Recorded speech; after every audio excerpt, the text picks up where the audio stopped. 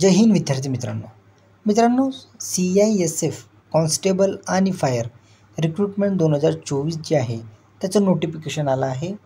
Constable आणि fire या पदासाठी जे उमेदवार इच्छुक असतील, ज्यांनी 12वी केलं आहे, आपण संपूर्ण डिटेल पाहणार आहोत की पात्रता काय असणार आहे. पे लेवल जे आहे ते 21,700 ते 69,100 म्हणजेच लेवल 3 इतकं त्यांचं पे ग्रेड असणार आहे. ही अग्निवीरची जी स्कीम आहे त्याच्यात या CISFच्या कॉन्स्टेबलची रिक्रुटमेंट भरली जाणार नाही आहे. ही परमनंट अशी भरती असणार आहे. त्यासाठी एकूण पूर्ण भारत देशात 1,130 इतके पदांसाठी ती भरती होणार आहे. आपण व्यवस्थित चर्चा करूयात. व्यवस्थित आपण एज, पात्रता, पे स्केल, महाराष्ट्रात किती पदं, संपूर्ण गोष्टीचा आपण इथे चर्चा करणार आहोत. जे विद्यार्थी इंटरेस्टेड असतील त्यांनी फॉर्म लवकरात लवकर भरून घ्यायचा आहे. फॉर्म स्टार्ट होण्याची डेट, एंड होण्याची डेट संपूर्ण डिस्कशन आपण करणार आहोत. तत्पूर्वी तुम्ही जर या चॅनलवर नवीन असाल तर प्रथम तुम्ही चॅनलला सबस्क्राईब करायचं आहे, कारण विविध प्रकारच्या ज्या अपडेट असतात, संभाव्य ज्या अपडेट असतात किंवा तुम्हाला लागणारे जे मार्गदर्शन असतं त्या याच यूट्यूब चॅनलवर उपलब्ध होतं. चला तर विद्यार्थी मित्रांनो, आता आपण आपल्या व्हिडिओला स्टार्ट करूया.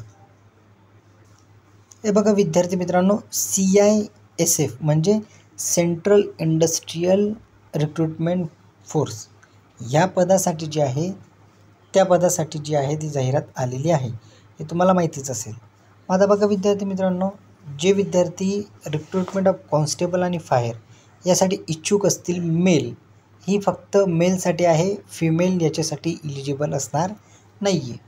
2024साठी असणार आहे. याची ॲप्लिकेशनची डेट आहे ती 21/8 म्हणजे आजपासून सुरू होणार आहे. तर त्याची लास्ट डेट आहे ती असणार आहे तुमची 30 सप्टेंबर 2024. म्हणजे तुम्हाला 1 महिन्याचा अवधी मिळणार आहे तुम्हाला फॉर्म भरण्यासाठी. आजपासून फॉर्म जे आहे ते सुरू झालेले आहेत. त्याचं पे स्केल जे आहे ते लेवल 3चं असणार आहे. हे तुम्ही तुमच्यात लक्षात असू द्या. तर आपण जे महत्त्वाचं आहे ते आपण चर्चा करणार आहोत. आणि महत्त्वाची गोष्ट म्हणजे अशी विद्यार्थी मित्रांनो, ही जे पद भरती आहे ही contributor pension system known national pension scheme NPSद्वारे हे जे पद आहेत ते भरले जाणार आहेत.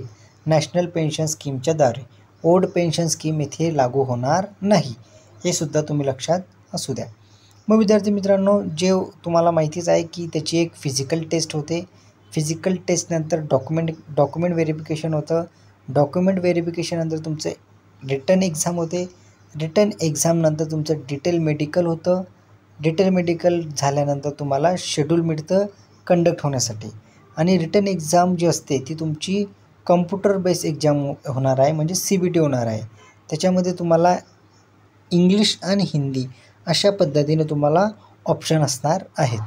मग विद्यार्थी मित्रांनो, जे इलिजिबल विद्यार्थी आहेत त्यांची पात्रता आपण प्रथम पाहणार आहोत. हे तर तुम्हाला माहितीच आहे की कोणकोणत्या गोष्टींसाठी तुम्ही जे फिजिकली फिट असतात तेच या CISFमध्ये भरती होत असतात. मग विद्यार्थी मित्रांनो बघा, तुम्हाला संपूर्ण भारतात जर तुम्हाला करायचं असेल ड्युटी वगैरे तर तुम्ही त्यासाठी सुद्धा इलिजिबल असणार आहात. पण मात्र मी फक्त महाराष्ट्रामध्ये ज्या विद्यार्थ्यांना नोकरी करायची असेल त्यांच्यासाठी मी डिस्कशन करतो. हे बघा, महाराष्ट्र इंटायर स्टेटमध्ये त्याची एकूण 61 पद इतके आहेत.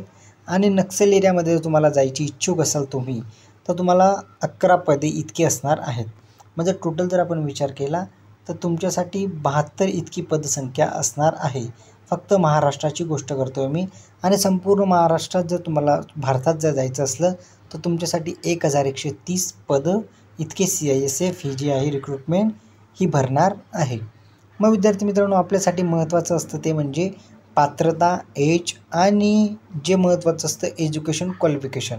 आता याच्यासाठी एज्युकेशन क्वालिफिकेशन म्हणजे तुमचं 12वी असणं महत्त्वाचं आहे किंवा इक्विव्हॅलंट. आता इक्विव्हॅलंट म्हणजे काय असतं, मी याच्यावर वारंवार एक व्हिडिओ बनवत असतो.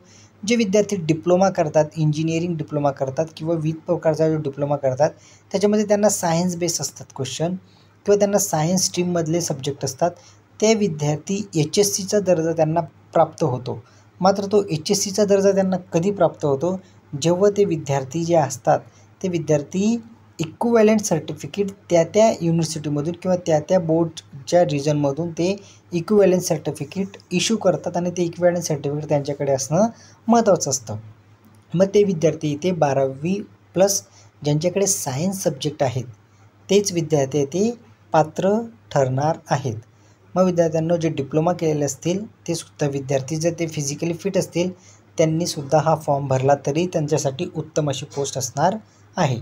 मग आता विद्यार्थी मित्रांनो महत्त्वाचं म्हणजे एज असतं तुमचं 18 ते 23 वर्ष इतकं त्यांना चालणार आहे ओपनसाठी. म्हणजे विद्यार्थी मित्रांनो जे SC/STमध्ये असणार आहेत त्यांच्यासाठी 5 वर्षाचं रिलॅक्सेशन असतं, OBCसाठी 3, एक्स सर्व्हिसमॅनसाठी 3. मग आता जे तुम्ही कॅटेगरीत येतात ते तुम्ही इथे पाहू शकतात. मग आता विद्यार्थी मित्रांनो जे विद्यार्थी आहेत त्यांच्यासाठी महत्त्वाचं म्हणजे असं की आता जे पॅटर्न असणार आहे किंवा जे आपल्यासाठी महत्त्वाचं आहे, जे ॲप्लिकेशन फीससुद्धा खूप कमी आहे ती म्हणजे 100 रुपये इतकी त्यांनी फी ठेवलेली आहे. SC/ST असतील त्यांच्यासाठी जी आहे फी जी आहे ती एक्झेम्प्ट असणार आहे. एक्स सर्व्हिसमॅनसाठी सुद्धा फी एक्झेम असणार आहे. मग आता विद्यार्थ्यांनो जे आपल्यासाठी महत्त्वाचं आहे आता आपण पॅटर्न पाहूयात. तुम्हाला मी अगोदर सांगितलंच की फिजिकल फिटनेस प्रथम होणार आहे. हे बघा पॅरा 13मध्ये जेव्हा येतो आपण तेव्हा त्यांनी स्पष्ट म्हटलं आहे की फिजिकल इफिशियन्सी टेस्ट म्हणजे PET. आता मी जेव्हा PET म्हणेल तेव्हा तुम्ही समजून घ्यायचं आहे की फिजिकल इफिशियन्सी टेस्टची मी गोष्ट करतो आहे. मग फिजिकल इफिशियन्सी टेस्ट जी होणार आहे ती टेस्ट तुमची कशी होणार आहे ते आपण आता डिस्कशन करणार आहोत.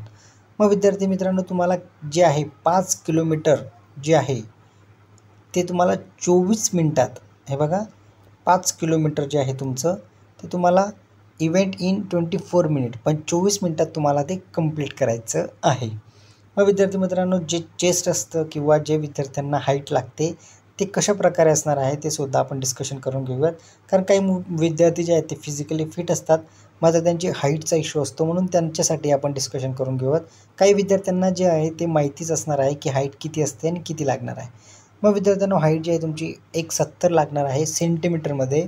चेस्ट तुमची जी आहे ती 80 to 85 सेंटीमीटर लागणार आहे.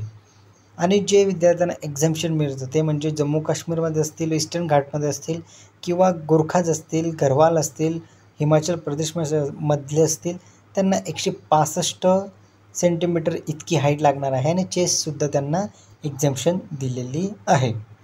मग विद्यार्थ्यांनो ही जे संपूर्ण गोष्टी आहेत त्या आहेत मी तुमच्यासोबत डिस्कशन केलेल्या.